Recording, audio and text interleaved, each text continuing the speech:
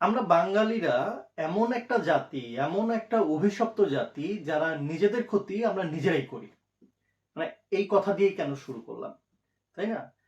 এই কথা বলার পিছনে মানে এটা রাগ, দুঃখ, শোক সবকিছু মিলিয়ে আসলে এই কথাটা বলা যে আমরা এমন একটা অভিশপ্ত জাতি যারা আমাদের ক্ষতি আমরা নিজেরাই করি।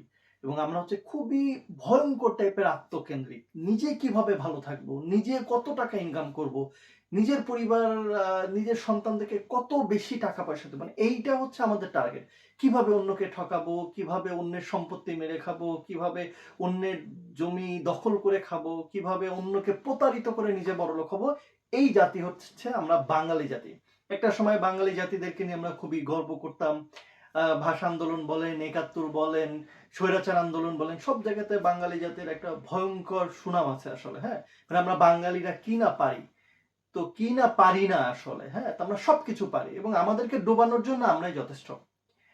এই গত 27 তারিখে ঢাকায় বেইলি রোডে ফরেন ফরেন যে সার্ভিস একাডেমি আছে সেখানকার সম্মেলন কক্ষে ডক্টর মোহাম্মদ ইউনূসের বিশেষ দূত লুৎফে সিদ্দিকী তিনি সুইজারল্যান্ডের দাভোসে যে বিশ্ব অর্থনীতি ফোরামে বাংলাদেশের অংশগ্রহণ বিষয়ক একটি সংবাদ সম্মেলনের কথা বলছেন এবং সেখানে তিনি একটা বিশেষ ঘটনা তিনি বলেন যে সম্প্রতি সিঙ্গাপুরের কানাডিয়ান এম্বাসি থেকে বাংলাদেশের 600 পাসপোর্ট বস্তা ভরে রিটার্ন করে দিয়েছে। কেন করে দিয়েছে জানেন? কারণ এই প্রথমে তাদের সন্দেহ হয় যে ব্যাপার কি এই পাসপোর্টগুলোর কাগজপত্র ঠিক আছে কিনা। পরে দেখে প্রত্যেকটা অ্যাপ্লিকেশনের জাল সার্টিফিকেট, জাল জব এক্সপিরিয়েন্স থেকে শুরু করে যা যা ডকুমেন্ট দরকার হয় বাংলাদেশে নীল ক্ষেতের যে দালালরা আছে এরা সব ডুপ্লিকেট করে দিয়েছে, সব। তো পরবর্তীতে এই পাসপোর্ট নিতে গেলে যদি আবার দালালরা ধরা খেয়ে যায়, দালালরাও আবার এক কাঠি সরেস। হ্যাঁ, মানে আমাদের বুদ্ধি যেখানে শেষ, এম্বাসির বুদ্ধি যেখানে শেষ, আমাদের বাংলাদেশের নীলক্ষেতের দালালদের বুদ্ধি সেখান থেকে শুরু। তো যাদের পাসপোর্ট এম্বাসিতে আটকে গেছে, তাদের পাসপোর্ট গুলো তারা আবার বাংলাদেশে হারিয়ে গেছে মর্মে জিডি করে বাংলাদেশ সরকারের কাছে আরেকটা পাসপোর্ট নিয়েছে। আরেকটা পাসপোর্ট নিয়ে আবার কানাডার ভিসার জন্য আবেদন করেছে ওই ওই দালালরাই আর কি। তো এটা নিয়ে পরবর্তীতে কথা উঠলো যে এই পুরো ব্যাপারটা, এই 600টা পাসপোর্ট কাদের মাধ্যম দিয়ে আসলে এই কাজটা করা হয়েছে এবং এটার পিছনে খুব বড় যে দালাল গ্রুপ আছে, হয়তো বা কয়েকজন মিলে 600 পাসপোর্ট এটা করার জন্য খুব বেশি দরকার হয় না। আমাদের বাংলাদেশের দালালরা ভয়ঙ্কর লেভেলের স্কিল, ভয়ঙ্কর লেভেলের দক্ষতা সম্পন্ন মানুষেরা, এদেরকে দিয়ে সবকিছু সম্ভব আর কি। হ্যাঁ, তো সিআইডির কাছে মনে হয় এটা দিয়েছে যে এই বিষয়টা দেখার জন্য। এবং আমি যেটা বলতে চাই যে আসলে কেবল দেখেন এই যে 600 পাসপোর্ট যখন কানাডা এম্বাসি সিঙ্গাপুর থেকে বাংলাদেশে পাঠায়, এটা কি আমাদের জন্য আসলে খুবই সুখের বিষয়? এইটা কি বাঙালি হিসাবে, বাংলাদেশী হিসাবে আমাদের কি এটা খুবই সুখের বিষয় কিনা আসলে? আমার মনে হয় এটা সুখের বিষয় না। আমার অনেক ভিডিও আপনারা দেশে প্রবাসে অনেকেই দেখেন, দ্যাটস ওয়াই আমি আসলে এই বিষয়টা নিয়ে কথা বলছি। আমার মনে হয় যে এই বিষয়গুলো নিয়ে আপনাদের সাথে শেয়ার করা উচিত। রিসেন্টলি অস্ট্রেলিয়ার স্টুডেন্ট ভিসা অ্যাসেসমেন্ট লেভেল আমরা তো মানে হচ্ছে ফার্স্ট হয়ে গেছিলাম, দেওয়ার লাড্ডুগুড্ডু থার্ডে নামাই দিছে। 2-এ ছিলাম, 2 থেকে সেপ্টেম্বরে আমাদেরকে 1-এ পাঠালো, এবার 1 থেকে জানুয়ারি মাসে এক ধাক্কাতে 3-এ নিয়ে আসছে। কেন জানেন? হোম অ্যাফেয়ার্স, অস্ট্রেলিয়ার হোম অ্যাফেয়ার্স বলেছে যে ওই কোয়ার্টারে যে পরিমাণ অস্ট্রেলিয়ার স্টুডেন্ট ভিসার জন্য অ্যাপ্লিকেশন জমা দেওয়া হয়েছিল তার বেশিরভাগ, সিংহভাগ হচ্ছে সার্টিফিকেট জাল, সম্পত্তি বা আপনার যে সলভেন্সি দেখাতে হয় হচ্ছে ফান্ড সলভেন্সি, সেইটা জাল, ব্যাংক স্টেটমেন্ট জাল, সবকিছু জাল। দ্যাটস ওয়াই তারা এখন যেটা করে যাচ্ছে যে লেভেল 3-তে নিয়ে আসছে, আপনাকে এখন প্রপার প্রত্যেকটা কাগজ কুটায় কুটায় দেখবে। আপনাদের ধারণারও বাইরে যে সিঙ্গাপুর বলেন, অস্ট্রেলিয়া বলেন, কানাডা বলেন, এদের ভিসা প্রসেসিং বা ডকুমেন্টেশন যাচাই করার পদ্ধতি এরা এমন সূত্র ফেলে রাখছে না, এরা এমন একটা প্রসেস রেডি করে রেখেছে, আপনি ওইখানে জাল ডকুমেন্ট দিলে আপনি ধরা খেয়ে যাবেন নিশ্চিত। চেষ্টা করে দেখতে পারেন, দেখেন হয় কিনা। হয়তো বা 10,000-এ একজন পার পেয়ে যান, 10,000-এ একজন হয়তো বা জাল ডকুমেন্ট দিয়ে পেয়ে যান। রেয়ার, খুবই রেয়ার আসলে। হ্যাঁ, তো অস্ট্রেলিয়ার ক্ষেত্রে বলি, অস্ট্রেলিয়ার ইমিগ্রেশন এমন ভাবে এই জিনিসগুলো প্রসেস করেছে আপনি চাইলে এটাকে ভাঙতে পারবেন না, এই অঙ্ক ভাঙতে পারবেন না এদের অঙ্ক আসলে। হ্যাঁ, তো আগে হয়তো বা স্টুডেন্ট ভিসা 2 সপ্তাহে দিত, 1 সপ্তাহে দিত, আমার পরিচিত 4 দিনও পেয়েছে। আর এখন 3 মাসেও ভিসা দিবে কিনা সন্দেহ আছে। কারণ এখন আপনাকে যাচাই বাছাই করা হবে ভয়ংকর লেভেল আরকি, হ্যাঁ? একদম মানে চুন থেকে পান খসলেও বা পান থেকে চুন খসলেও যে কথা প্রচলিত আছে ঠিক ঐরকম হচ্ছে এখন।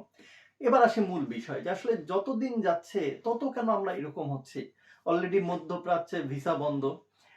মধ্যপ্রাচ্যের অনেক দেশ কুয়েতে নাকি কুয়েতে তো ভিসা বন্ধ একদম।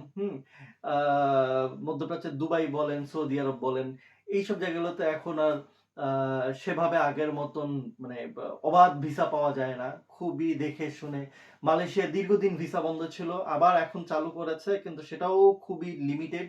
সিঙ্গাপুরেও খুবই কড়াকড়ি। এবং বাংলা পাসপোর্ট আমাদের যারা বাংলা পাসপোর্টধারী আমরা এত গর্ব করি আমরা বাংলাদেশী, বাংলাদেশকে ভালোবাসি। গ্রিন পাসপোর্ট নিয়ে যে আমরা বিভিন্ন দেশে যাই, ভাইরে ভাই এখন যে আমাদেরকে কি চোখে দেখে এটা আপনি কল্পনা করতে পারবেন না। মানে কি পরিমাণ যে আমাদেরকে তারা গুরুত্ব দেয়, কি পরিমাণ যে আমাদেরকে মানে প্রাধান্য দেয়, এইটা আপনি গ্রিন পাসপোর্ট নিয়ে ভালো কোনো দেশে না গেলে বুঝবেন না। ভালো দেশের কথা বাদ দেন। এই মালয়েশিয়াতে যাই দেখেন যে ভিজিট ভিসা নিয়ে মালয়েশিয়ায় গিয়ে দেখেন ইমিগ্রেশন বাংলা পাসপোর্ট দেখলেই কি করে? তাদের চেহারা উল্টে যায় আসলে, হ্যাঁ? তো এইটার পিছনে আসলে দায়ী কারা? এবং এইটার জন্য ভবিষ্যতে সাফার করবে কারা? দায়ী হচ্ছে আমি একদম ১ নাম্বার দায়ী করব হচ্ছে আমাদের রাষ্ট্রযন্ত্রকে।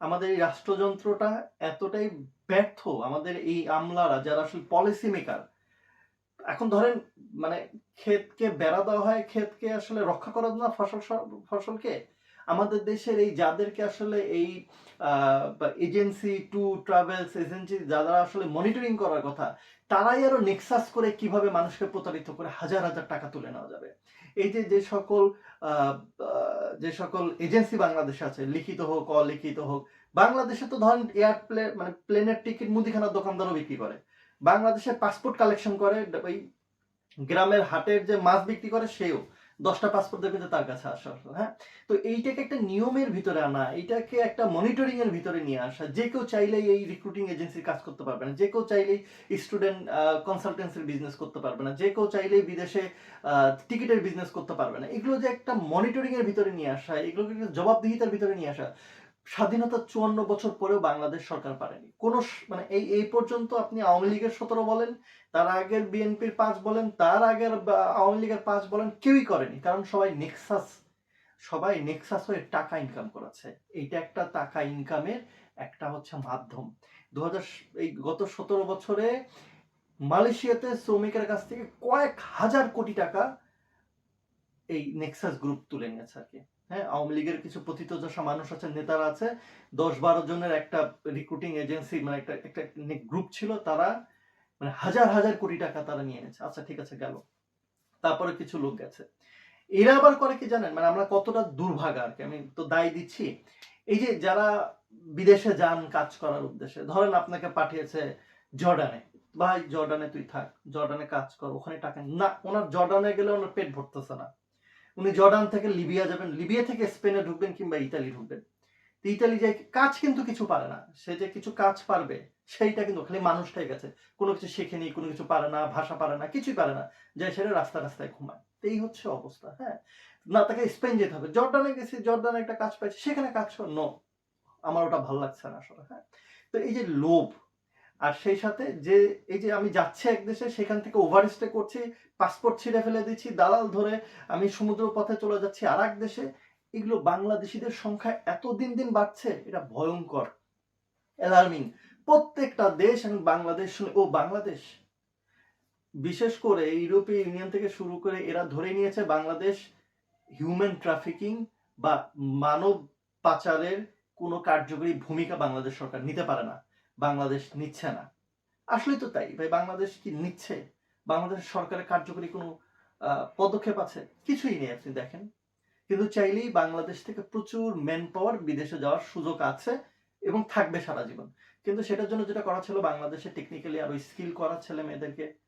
আপনি দেখেন নার্সের চাহিদা পৃথিবীর কোন দেশে নাই অথচ বাংলাদেশের নার্সদের কি অবস্থা আপনি দেখেন একটু স্কিল জনগণ একটু ভালো ড্রাইভিং শিখতে পারা একটু ভালো এসির মেকার একটু ধরেন রেফ্রিজারেটরের যদি আপনি টেকনিশিয়ান হন কাজের অভাব নাই ভাই গোটা পৃথিবীতে না আমরা এই কাজ শিখবো না কিছুই করবো না ফিটফাট ফুলবাবু জিন্সের প্যান্ট পরে দালালকে ১০ লাখ টাকা দিয়ে আমি ইউরোপে যাব ইউরোপে যাবে কি করবেন সে হুঁশ নাই ভাই ইউরোপে যাই তো, ভাষা পারেন না, ল্যাঙ্গুয়েজ পারেন না, আপনি ইউরোপে গেছেন।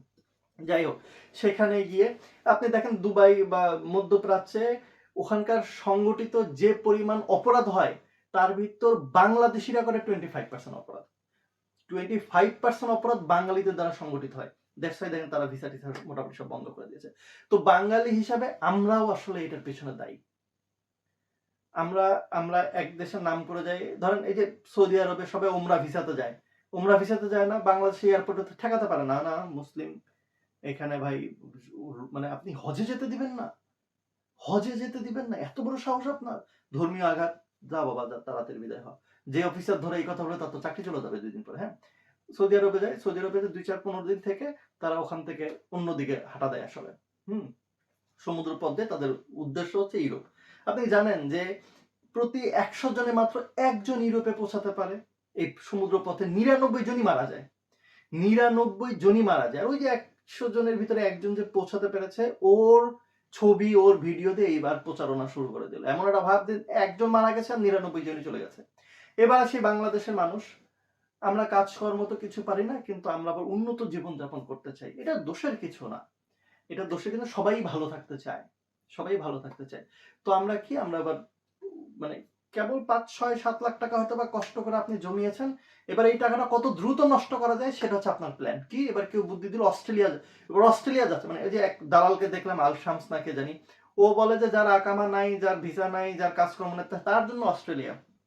বাংলাদেশে এইরকম এখন প্রচলন হয়েছে, ভাই বাকিতে ভিসা দিব, বাকিতে ওখানে যায় টাকা ইনকাম করে তারপরে দেখ কি অস্ট্রেলিয়ার কোম্পানি এতই দুর্ভাগা, তারা তাদের এমন খারাপ অবস্থা, তারা বাংলাদেশ থেকে লেবার নিয়ে আসতেছে, নিয়ে এসে নাকি এখান থেকে বেতন থেকে তার টাকা কাটে কাটে ওরাই নাকি টাকা দিয়ে নিয়ে আসতেছে বাংলাদেশ থেকে লেবার। চিন্তা করেন যে আজকেও একজন আমাকে মেসেজ দিচ্ছে যে ভাই বলল যে কোনো টাকা লাগবে না, ওই দেশে যাই টাকা দিবে। এই যে লোভ কেবল, মানে এই কথা দিয়ে হচ্ছে বড়শিতে মাছটাকে ধরা আসলে। হ্যাঁ, প্রথমে বলবে 15,000 টাকা দেন, তারপরে ভাই 1 লাখ টাকা দিয়ে ফিঙ্গারটা করাই দেই। আর আমরা গ্রামের মানুষ, আমরা সাধারণ মানুষ, ফিঙ্গারপ্রিন্ট দেওয়া মানে ভিসা তো আমার হয়ে গেল, এই তো যাচ্ছি। হুম, আরে ভাই অ্যাপ্লিকেশন করা, ফিঙ্গারপ্রিন্ট দেওয়া মানে কি ভিসা নাকি আসলে? হ্যাঁ, আমরা আসলে গুগল করলেই সবকিছু জানতে পারি। শিক্ষিত মানুষ, বিশ্বাস করেন, শিক্ষিত মানুষ, ঢাকা ভার্সিটি পড়া ছেলে, ইঞ্জিনিয়ারিং পড়া ছেলে বিভিন্ন ইউনিভার্সিটি, তারা বলে যে ভাই এই ভিসাতে গেলে কেমন হয়, ওয়ার্কিং ভিসাতে গেলে কেমন হয়, মানে রাগে দুঃখে শোকে ভাই কি বলবো, কিছু বলার নাই। এইখানে আসবে কোন বিশ্ববিদ্যালয়ে পড়বে এটা সে বুঝে না। আরে গুগল করলেই তো পাওয়া যায়। আচ্ছা ঠিক আছে, আমরা আসলে সবকিছু রেডিমেড চাই, সবকিছু রেডিমেড, হা করবো খাবার চলে আসবে, ব্যাপারটা এরকম আর কি। আচ্ছা, এই যে আমাদের এর পিছনে দায়ী আমাদের সরকার, এর পিছনে দায়ী বাংলাদেশের ভয়ঙ্কর টাইপের দালালরা। এরা হচ্ছে এরা হচ্ছে কালপ্রিট। আর তার থেকে বড় কালপ্রিট হচ্ছে আমরা লোভী। আমরা খুবই অত্যন্ত লোভী একটা জাতি। এট এনি কস্ট 4-5 লাখ টাকা জোগাড় করেই আমরা চলে যাব ইউরোপে, চলে যাব আমেরিকায়, যেভাবে হোক অবৈধভাবে থেকে যাব, কোটিপতি হতে হবে। এবং শুধু যারা যেতে চায় তারা না, তার থেকেও বড় লোভী হচ্ছে তাদের বাবা মা। আমার খুব কাছের নিয়ারেস্ট আত্মীয় স্বজন আছে, ছেলে মেয়ে কোনো না আছে ল্যাঙ্গুয়েজ, না আছে পড়ালেখা, কিন্তু এই ছেলেকে হয়তো বা কোনো দেশে যায় 5-6 বছর খাটায়, প্রতি মাসে মাসে 30-35 হাজার টাকা আসতো না, বা 40,000 টাকা করে আসতো, এই বসে থেকে টাকা পাওয়া যায়, বসে থেকে টাকা পাওয়া যায়, ভালোই তো। তারপরে যখন ঘুরে আসে 4-5 বছর বিদেশ কাটার পরে এবার তাল উঠছে গত 3-4 বছর থেকে, এবার ইটালি পাঠাবে। অলরেডি 2 জায়গায় টাকা মাইর খাইছে, কিন্তু তারপরে আবার দালাল ঘুরেতেছে, দালাল খুঁজতেছে, না একটা ভালো দালাল হলে বেটাকে পাঠাবে। মানে বেটা হচ্ছে মেশিন, বেটা হচ্ছে মেশিন, বিদেশে গেলেই বেটা মেশিন হয়ে যায়, টাকা পাঠায় টাকা পাঠায়, মানে কোন রকমে 5-6 লাখ টাকা ইনভেস্ট করে বেটাকে পাঠাতে পারলে বেটা তো মেশিন। ভাই বিদেশ প্রবাস জীবন যে কত কঠিন, আমি মালয়েশিয়াতে যে খুব ভালো করে দেখে আসছি কি যে কষ্টের। এটা যদি বাবা মা দেখতো, বাবা মা জীবনে তাদের সন্তানদেরকে বিদেশে কাজ করতে পাঠানো। তারপরেও ঠিক আছে ভাই, বিদেশে গেলে ভালো কাজ পাওয়া যায়, ভালো জায়গায় ভালো পরিবেশে গেলে কাজ করলে ভালো লাগে, সেটা ভালো মাধ্যম দিয়ে গেলে, সঠিক মাধ্যম দিয়ে গেলে এটা খুবই ভালো লাগে, এটা এটা সিরিয়াস, এটা খুবই ভালো লাগে।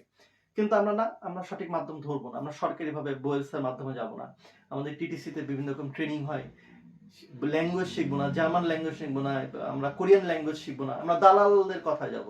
অস্ট্রেলিয়া আসবে, এদের নাকি আইএলটিএস লাগে না, দালাল নাকি নিয়ে আসবে। যাই হোক, তো এই যে আমরা সাধারণ মানুষ অত্যন্ত লোভী, এই লোভ আর এই দুর্বলতা, এই লোভের দুর্বলতায় পুঁজি করেই এই দালাল্লা হাজার হাজার কোটি টাকা নিয়ে নিচ্ছে।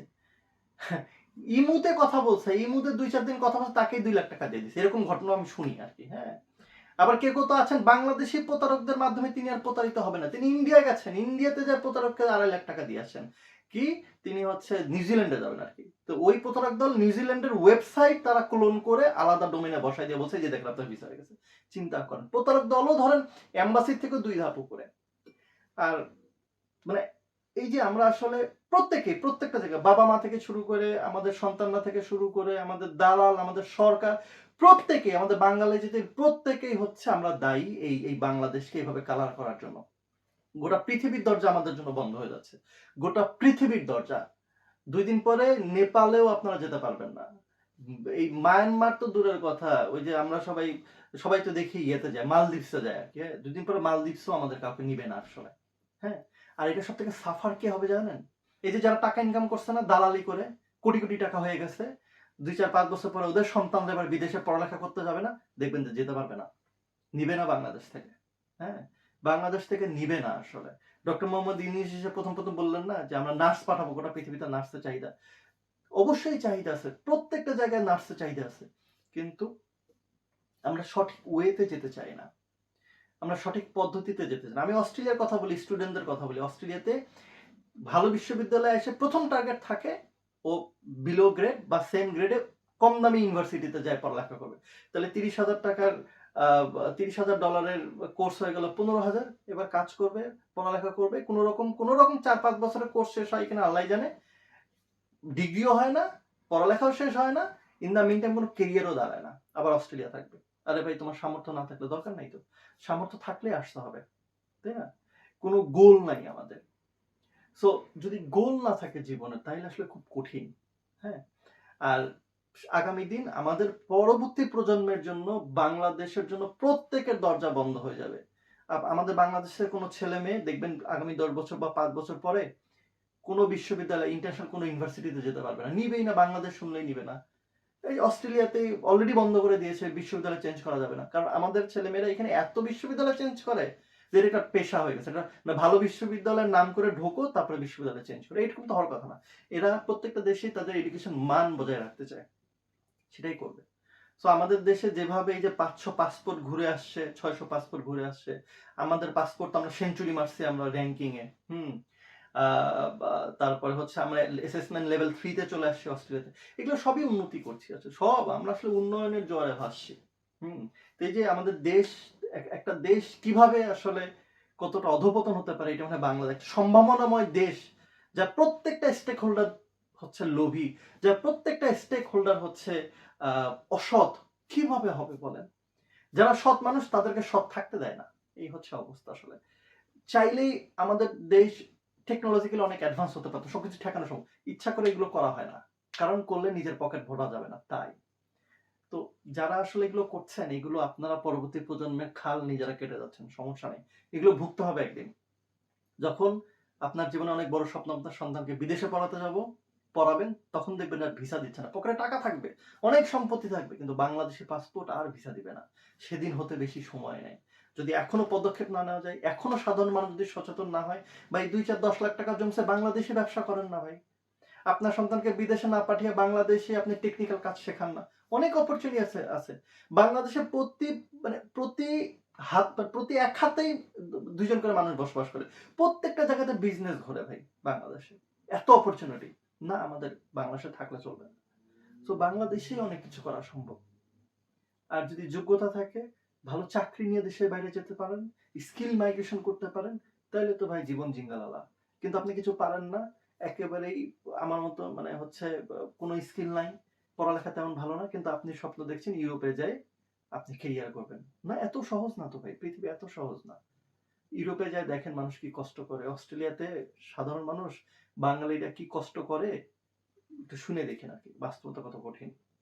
সো যদি যদি বাংলাদেশের জন্য পৃথিবীর সকল দেশের দরজা যদি বন্ধ করতে না চান, এখন থেকে সচেতন হন, প্রত্যেকের হওয়া উচিত। দালালদের কথা বাদ, এরা মানুষের পর্যায়ে পড়ে না, কিন্তু গার্জেন যারা আছেন, আমাদের মতো ভাই বোন যারা আছেন, তারা সচেতন হন, নিজেকে গড়ে তোলেন দেশে বাইরে নিয়ে যাওয়ার জন্য।